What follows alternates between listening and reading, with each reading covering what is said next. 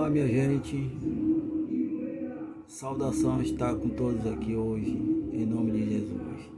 Aqui, nós estamos aqui agradecendo a Deus, primeiramente, por essa ajuda que vós está nos oferecendo, pela oportunidade também que está me dando de estar aqui pedindo a proteção dos amigos espirituais, irmã Clarice, benfeitores, amigos,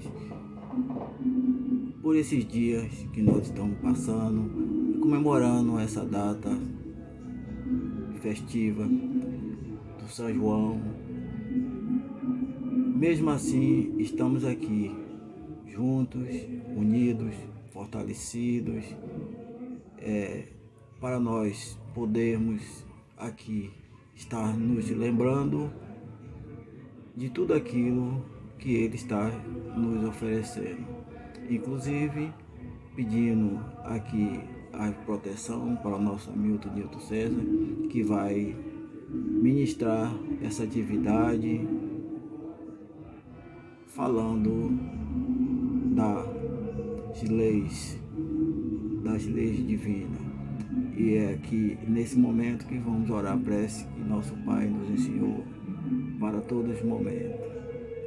Pai nosso que está no céu, santificado seja o vosso nome. Venha a nós o vosso reino, seja feita a tua vontade, assim na terra como na parte de todo o universo.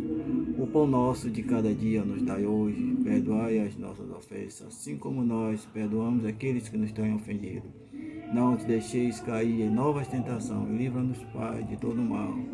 Ave Maria, cheia de graça, o Senhor é convosco. Bendita sois vós entre as mulheres, e bendito é o fruto do vosso ventre, Jesus. Santa Maria, Mãe de Jesus, rogai por nós, pecadores, agora e na hora de nossa passagem. Que assim seja, graças a Deus.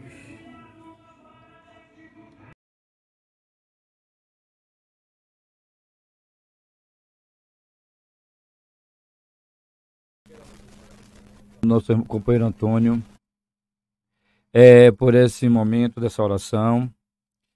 Agradecer a você que está nos assistindo nesse momento. Nossa palestra hoje é virtual, sobre o conhecimento da lei natural. Quando Antônio fazia a prece, e ele nos enviou essa gravação, no fundo, algumas pessoas prestaram atenção no barulho em torno da fala de Antônio. Mas quando a prece de Antônio começa, é importante a gente compreender, entender que a prece tem sua força e ela rompe qualquer barreira, qualquer barulho. A prece começou a crescer, mesmo com a voz de Antônio mais baixa ainda do que o som alto que estava fora, crescer na nossa mente, no nosso coração. E o que é isso que torna a gente mais próximo dessa ação que a prece faz nas nossas vidas? O que torna acessível a gente ter que acompanhar em pensamento, em uníssono, em nossos corações, a prece aqui dita pelo nosso companheiro Antônio. Hoje, falando sobre o conhecimento da lei natural, vamos trazer um pouco dessa influência, dessa força que a prece que Antônio fez, que a prece que você faz, que a prece que nós fazemos, ela pode romper qualquer tipo de barreira. Até um pensamento contrário à caridade, ao amor, ao bem do próximo. Mas a prece tem um poder ainda maior. Aquela de conferir se aquilo que eu estou pedindo para mim e para os meus, ou para aqueles que eu envolvo na prece, nós temos sim ou não merecimento. Sim ou não condições de ser atendida aquela prece para nós. Sim ou não a misericórdia divina. No conhecimento da lei natural que nós vamos trazer aqui, na questão 619, A pergunta de Kardec aos espíritos perguntou: Deus proporcionou a todos os homens os meios de conhecerem a sua lei? E os espíritos responderam: se Deus proporcionou a todos os homens os meios de conhecerem a sua lei. Gente, meios a gente tem tido muitos. Meios que nós criamos para a nossa sobrevivência e meios em que Deus deixou lá, intrinsecamente na sua lei, a lei da natureza, a lei natural, para a gente entender melhor essa lei. Os espíritos responderam que todos podem conhecê-la, mas nem todos a compreendem. Os que melhor a compreendem são os homens de bem e os que desejam pesquisá-las. Não obstante, todos um dia a compreenderão, porque é necessário que o progresso se realize. Em um Evangelho segundo o Espiritismo, a gente pode atender a conhecer, né, o homem de bem, né? São só os homens de bem, eles compreendem. Não necessariamente aqueles homens intelectualizados, não os especialistas, não necessariamente, mas tem que ser especificadamente. Foi especificado aqui. Todos podem conhecê-la, nem todos a compreendem. Os que melhor a compreendem, melhor são os homens de bem e os que desejam pesquisá-la. Eu estou na condição, você em casa está na condição de homem de bem, que compreende a lei natural, ou está na condição de pesquisá-la, de estudá-la, de se interessar, conhecer cada dia mais essa lei. Mas como, Newton César? Os Espíritos dizem que, não obstante, todos um dia a compreenderão, porque é necessário que o progresso se realize. Nós estamos vivendo dentro dessa lei de progresso, dentro de uma das leis naturais. A lei do progresso está intrinsecamente na lei da natureza. E para a gente conhecer, a gente precisa vivenciá-la. E ela se realizará. O progresso é determinado por Deus. É determinante para a nossa evolução. Não é um condicionamento. É uma forma, é um meio para a nossa realização como ser humano e como espírito. Kardec traz uma nota que diz que a justiça da multiplicidade da encarnação do homem decorre deste princípio, pois a cada nova existência, sua inteligência se torna mais desenvolvida e ele compreende melhor o que é o bem e o que é o mal. Veja que inteligência não é o fato de você conhecer mais, é você lidar com as coisas boas e as coisas ruins da vida. É você lidar com as suas emoções, é você compreender os problemas dos outros e não colocar os seus acima dos outros. Se tudo tivesse de se realizar numa só existência, qual seria a sorte de tantos milhões de seres que morrem diariamente no embrutecimento, na selvageria ou nas trevas da ignorância, sem que deles dependa o próprio esclarecimento?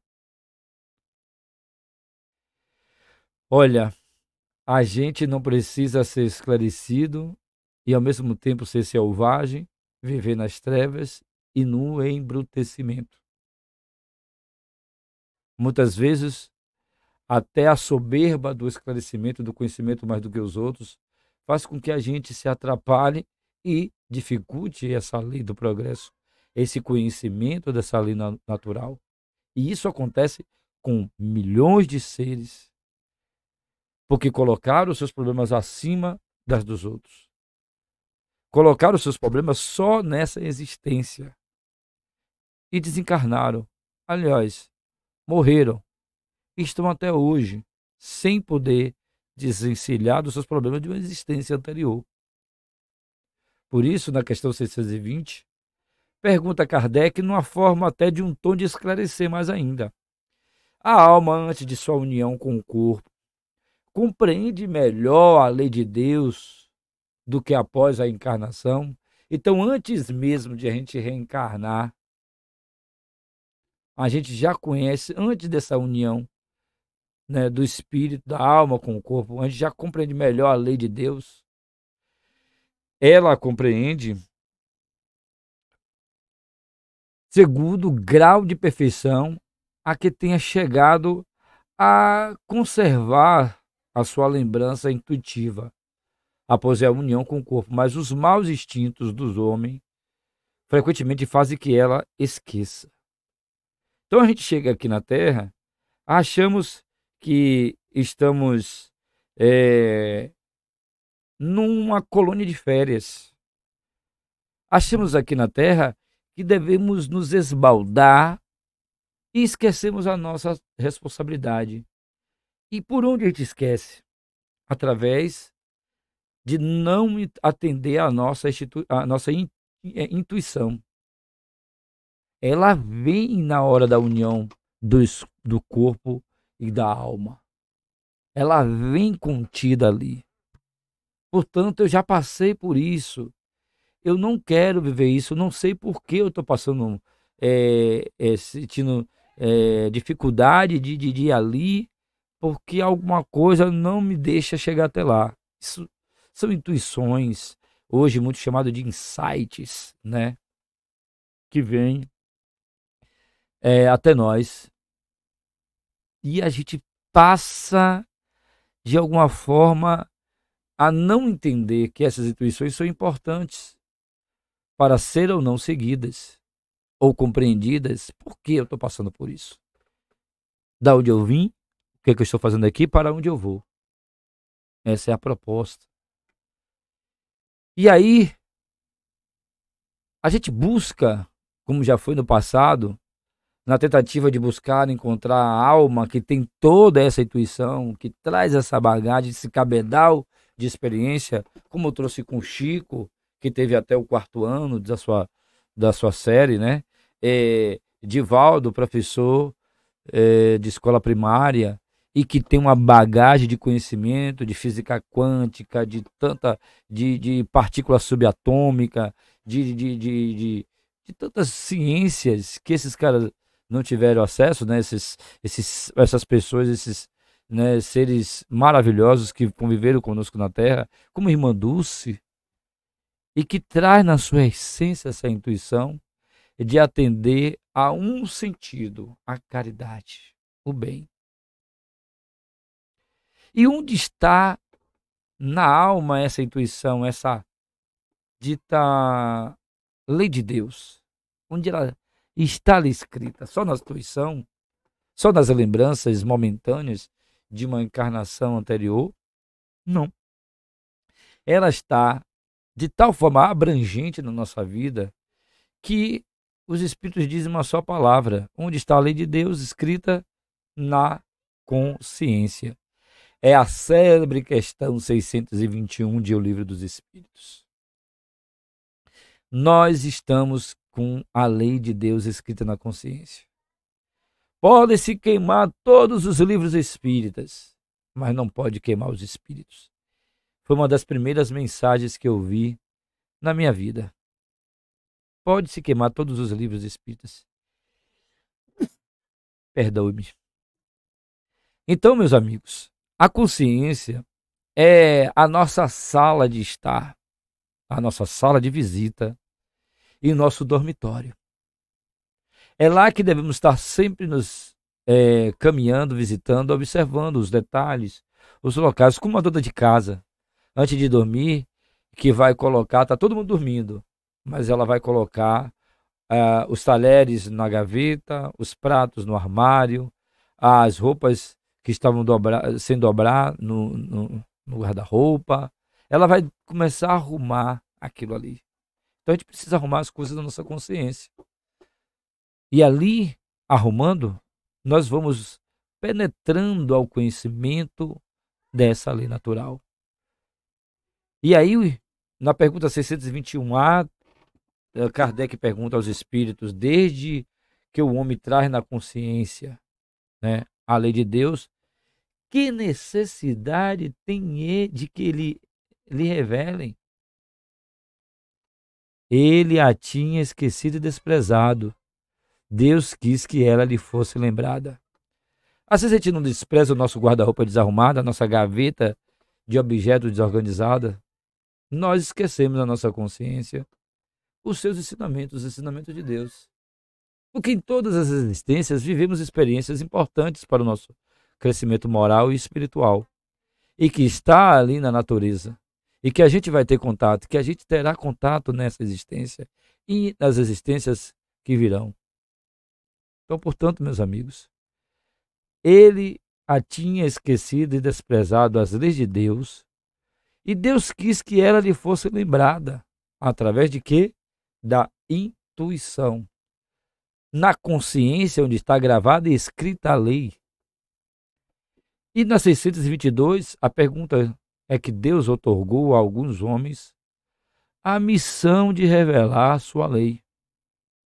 Sim, certamente, em todos os tempos, houve homens que receberam essa missão. São espíritos superiores que encarnaram aqui no meio de nós com o fim de fazer progredir a humanidade. Um deles, o maior de todos, Jesus Cristo. E ainda na encarnação do Cristo, ele preparou muitos outros 12 apóstolos. Foi para 72 até 5.000. E preparou uma figura que é muito interessante, que não estava naquele meio, mas que foi preparada profundamente, à medida que ele perseguia o Cristo e seus seguidores, ainda como Saulo, ele era tragado nele ali, né? Era tirado tudo ali, todo o lamaçal, toda a podridão que um ser humano possa ter, de alguém que persegue alguém ou outros alguém que só queria fazer o bem. E ele só poderia entender, e ele só poderia captar esse ensinamento, e ele só poderia ser preparado à medida que cada vez mais ele perseguisse cada cristão, porque ali ele garantia para ele a história. Por que eu persegui? Por que eu matei Estevão? Por que Abigail foi junto com Estevão? Por que tantos outros eu persegui? E o próprio Jesus? Por que veio até mim? E o que queres tu de mim, Senhor? Talvez essa é uma pergunta à própria consciência de Paulo agora, que nós devemos também fazer. O que queres tu de mim, a minha consciência? O que queres tu de mim, a lei, o conhecimento da lei natural? O que queres tu de mim, ó Deus? Ao me perguntar, ao se perguntar, nós estaremos transitando nesses cômodos da consciência. E que precisamos arrumar, e que precisamos relembrar o conhecimento ali adquirido durante várias encarnações. E esses espíritos puros, esses espíritos que são inspirados, né, vieram nesse intuito e conseguiram sim abranger o seu papel. Esses que pretenderam instruir os homens na lei de Deus não se enganaram algumas vezes e não se fizeram transviar-se muitas vezes através de falsos princípios? Pergunta 623. Os que não eram inspirados por Deus e que se atribuíram, não enxergo nada sem óculos, viu? Que se atribuíram a si mesmos por uma missão que não tinham, certamente os fizeram extraviar. Não obstante, como eram homens de gênio, em meio aos próprios erros ensinaram frequentemente grandes verdades. Nós tivemos Friedrich Nietzsche, que dizia que tinha matado Deus, né? Outros que queriam dissecar o corpo da pessoa para ver onde encontrava a alma. Tivemos os grandes, como Alexandre o Grande, né, que foi, né? Um genocida como o próprio Hitler e tantos outros, e que criaram suas próprias missões, e que hoje, lamentavelmente, dentro do movimento espírita, nem é do movimento espírita, se bem dizendo, mas dentro do meio espírita, que é outra coisa, o movimento não é o meio, né? O meio são pessoas que se dizem espíritas e querem criar modismo, ideias que não estão na linha do Pentateuco, do que Kardec nos ensina. E aí se extraviando por outros caminhos e criando dissensões nas casas espíritas e até no próprio movimento espírita. E eu conheço vários que estão acima até do movimento espírita, consequentemente, acima do movimento espírita e acima também do que diz a mensagem de Kardec, desviando totalmente do princípio básico que Kardec quer nos ensinar, que é a relação do mundo espiritual com o mundo material. E estão utilizando a doutrina espírita para adquirir e ter resultados materiais. E isso é muito grave. E, mas, por incrível que pareça, pessoas esclarecidas, que por ora, ao conhecer logo no início a doutrina espírita, talvez esqueceram, não admitiria nada disso que hoje elas estão fazendo. Porque entendia a doutrina espírita como uma doutrina livre, uma doutrina que abria e libertava as consciências.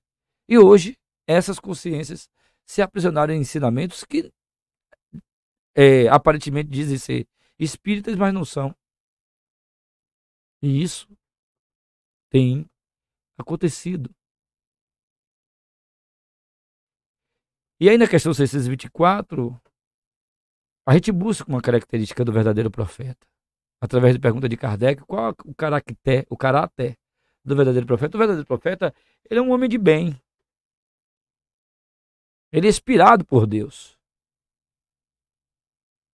E podemos reconhecê-lo por suas palavras e por suas ações. Deus não se serve da boca do mentiroso para ensinar a verdade.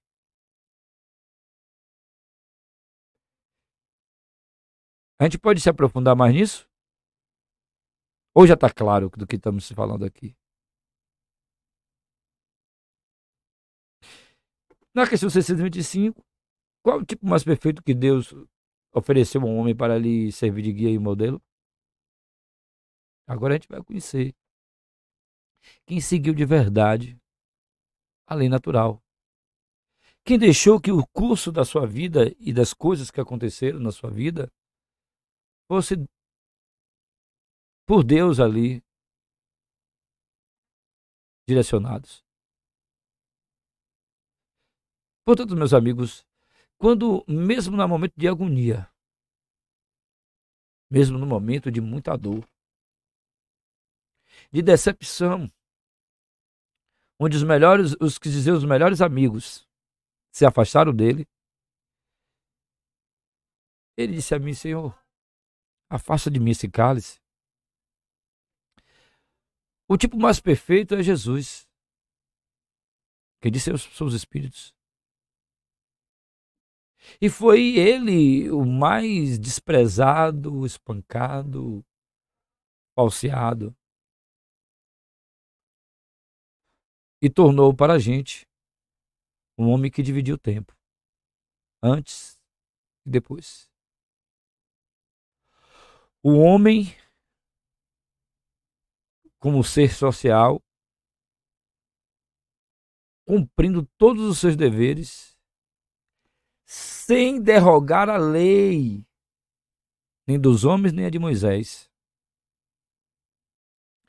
E dando a abrangência e demonstração que acima da lei dos homens e a da lei mosaica existia a lei de Deus, a lei natural. Kardec faz um comentário que Jesus é para um homem o tipo de perfeição moral a que pode aspirar a humanidade na Terra. Deus viu nele e ofereceu nele o meio mais perfeito, o caminho mais perfeito, a verdade perfeita para ser o modelo e guia da humanidade. E a doutrina que Jesus ensinou é a mais pura expressão dessa lei que nós estamos buscando conhecer aqui, a lei natural.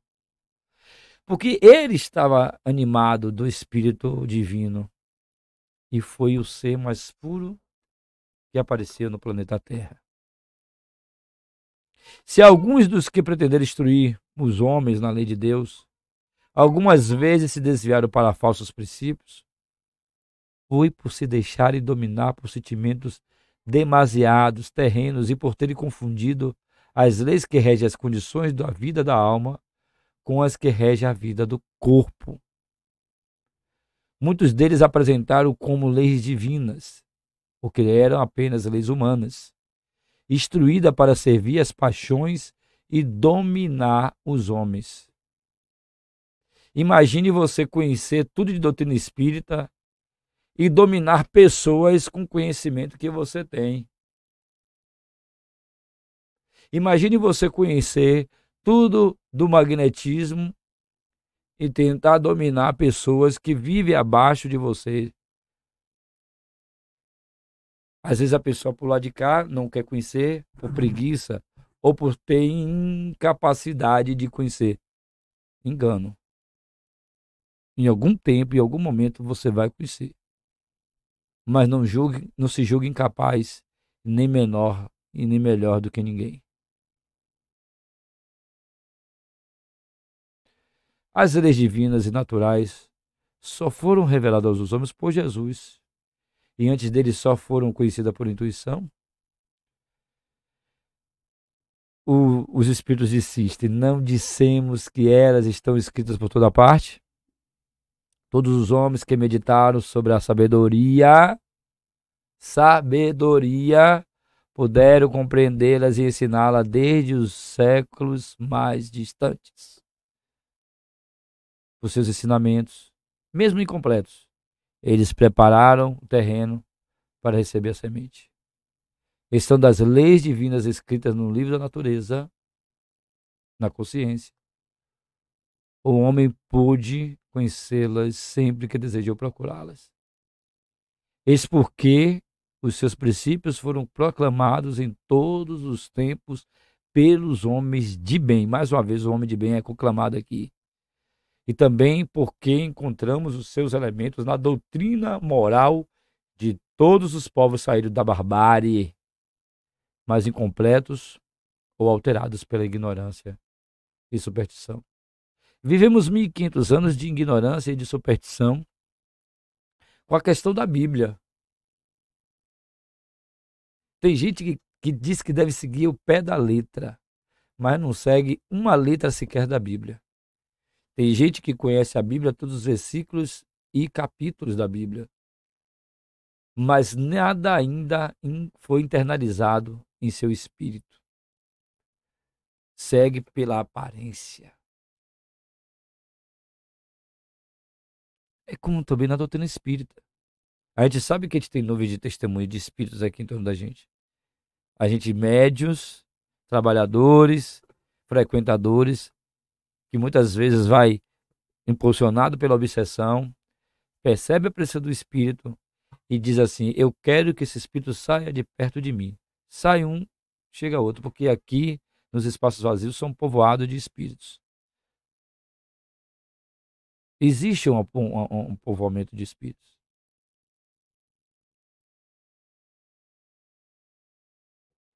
E alguns estão na barbárie ainda. Alguns ainda não estão completamente sendo conhecedores da lei de Deus. Então a gente precisa conhecer Jesus. Porque ele traz, assim, no seu lado divino, esse conhecimento. E aí a pergunta de Kardec é interessante, a 627, quando ele diz o seguinte: Desde que Jesus ensinou as verdadeiras leis de Deus, qual é a utilidade dos ensinamentos dados pelos Espíritos? Tem eles mais alguma coisa para nos ensinar? Olha só o que Kardec quer nos dizer. Se Jesus já nos ensinou tudo, se a Bíblia já está dizendo tudo, os Espíritos têm o que para nos ensinar mais? O ensino de Jesus era frequentemente alegórico e em forma de parábolas. Veja lá na Bíblia, viu? Porque ele falava de acordo com a época e os lugares. Faz-se hoje necessário que a verdade seja inteligível e compreensível para todos. É preciso, pois, explicar e desenvolver essas leis. Tão poucas vezes são os que compreendem e ainda menos os que as praticam. Acabei de dizer isso, né? Nossa missão é a de despertar os olhos e os ouvidos para confundir os orgulhosos e desmascarar os hipócritas, os que afetam exteriormente a virtude e a religião para ocultar suas torpezas. O ensinamento dos Espíritos deve ser claro e sem equívoco, a fim de que ninguém possa pretextar ignorância e cada um possa julgá-la e apreciá-la com a sua própria razão. Estamos encarregados de preparar o reino de Deus anunciado por Jesus, e por isso é necessário que ninguém possa interpretar a lei de Deus ao sabor de suas paixões, nem falsear o sentido de uma lei que é todo amor e caridade. Quando a doutrina divide as pessoas, quando as pessoas se dividem por causa de uma doutrina, e quando um ensinamento daquela doutrina é deturpado para um caminho para satisfazer um grupo de pessoas, ela já está desvirtuada do conhecimento da lei natural.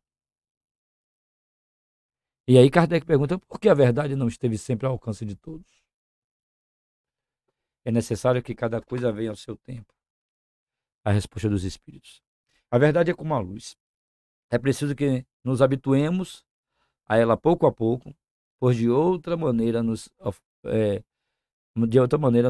ofuscaria. Jamais houve um tempo em que Deus permitisse ao homem receber comunicações tão completas e tão instrutivas como as que hoje lhe são dadas. No momento ali das perguntas entre o mundo, né, dos encarnados aos espíritos, Kardec está recebendo essa informação. Em nenhum tempo das nossas vidas, essas instruções que estão sendo dadas no Livro dos Espíritos, em todo o Pentateuco, foram dadas à humanidade. De lá para cá, nós estamos vivendo o melhor tempo desses esclarecimentos. E por que não entender? Por que não estudar? Por que não procurar e conhecer? Porque havia na antiguidade, como sabeis, alguns indivíduos que estavam de posse daquilo que consideravam uma ciência sagrada e da qual faziam mistérios para os que consideravam profanos. Deveis compreender com que o conheceis das leis que regem esses fenômenos. Que eles recebiam apenas verdades esparsas no meio de um conjunto equívoco e, na maioria das vezes, alegórico.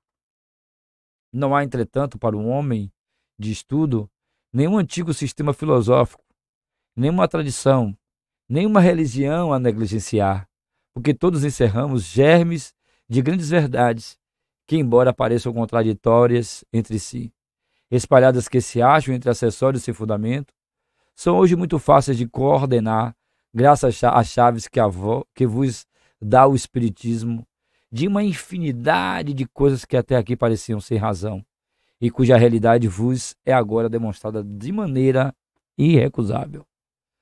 Não deixeis de tirar temas de estudo desses materiais. São eles muito ricos e podem contribuir poderosamente para a vossa instrução. É interessante que as temáticas são as mais diversas da doutrina espírita. E conhecer a lei é de extrema importância. Hoje conhecemos uma parte, mas a gente precisa estudar o Livro dos Espíritos. Nós precisamos meditar nessas perguntas e respostas, que aqui, nesse momento de 50 minutos, 55 minutos, a gente talvez não tenha condições de passar tanta informação. mas podemos, né, trazer, né, ao conhecimento de todos. Eu estou diminuindo, compactando um pouquinho, porque hoje é dia de festa, né, na cidade, em todo o Brasil, com o dia do São João, né, um dia, né, considerado para algumas famílias acender fogueira, outras vão para a festa, dançar forró, outras estão trabalhando nesse momento, mas a gente não poderia deixar de trazer o conhecimento da lei natural, já que hoje a gente tem essa possibilidade do mundo virtual, né? Podermos não necessariamente estar na casa com as portas abertas hoje, por causa da fogueira e da festa que acontece ali em torno do centro da cidade. Nosso centro espírita fica próximo ao centro da cidade e não tinha como a gente reunir pessoas ali para fazer essa palestra. E o mundo virtual, né, que abre, né, espaço para a gente chegar com essa mensagem de O Livro dos Espíritos a todos os companheiros de ideal espírita que nos assiste nesse momento. Você que nos assistiu agora, eu quero agradecer, eu quero pedir nesse momento ao nosso companheiro Antônio para fazer aqui a prece final e pedir que envolva a todos os companheiros que estão nas festas, nos hospitais, aqueles que não puderam sair nem de uma cama debaixo das pontes, e aqueles também que não querem curtir a festa, mas que estão ali orando em vibração positiva para que tudo dê certo e corra bem. Nesse momento, Senhor Jesus, eu quero te pedir por todos esses que nos acompanham aqui, nos assistindo e nos dando a honra aqui de assistir, nos assistir através do YouTube, pelo mundo virtual. Pedindo em oração, amparo, a força e a luz para todos nós. Que nos dê uma noite de paz. Amanhã um dia melhor do que o dia de hoje. E as bênçãos de Deus para todos. Muita paz, fique com Deus e até a próxima sexta-feira.